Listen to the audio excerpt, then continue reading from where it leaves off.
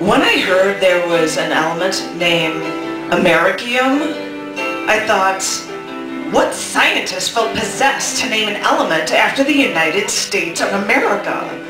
I mean, was it discovered during a war effort when everyone rallied with national spirit? Or was it a World War II effort against the element germanium, named after Germania, even though that element was not named for Hitler's desire to create a perfect 1,000-year empire? I can't believe the decision to name an element Americium was based on this bourrah mentality. Go fight, win, USA, USA. I mean, is the actual element somehow explicitly related to America? Okay, fine. I'll look online for information. Let me actually first check dictionary.com.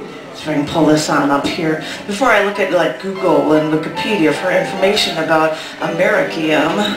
Oh, but before I scrolled down the definition, I saw that there was a speaker icon so I could hear the computer-generated voice say Americium for me. Americium. Oh, I think it said Americium, not Americium. Oops. But the definition says Americium is a product of high-energy helium bombardment of uranium and plutonium. Wow, I'm really going to have to research this, and maybe I can dispel this World War II links that I was apparently making up in my head for this element. Wait a minute. Americium was discovered in 1944, but the discovery was kept secret and only released to the public in December or November 1945. Okay, that doesn't help my anti-Hitler case. Let's see. Americium was first identified by the University of California, Berkeley, and then it was chemically identified at Argonne Lab at the University of Chicago. Okay. So it was discovered in America, but in the periodic table, it falls right next to its twin lanthanide element, europium. So thus, by analogy, they named this element after another continent. North, South, America. Fun little story.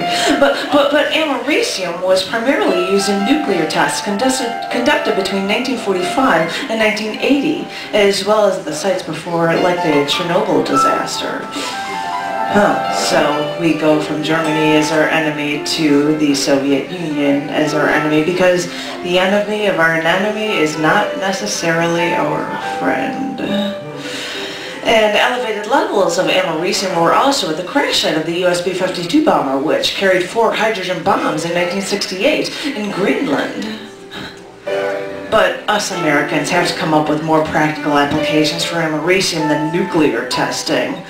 And that's when I learned that this silvery white element, which is soft and malleable and tarnishes in the air, has isotopes that are used in smoke detectors. So, as an element, it might help kill, but it can also help save people's lives. Well, I guess, in a way, that's like America, too.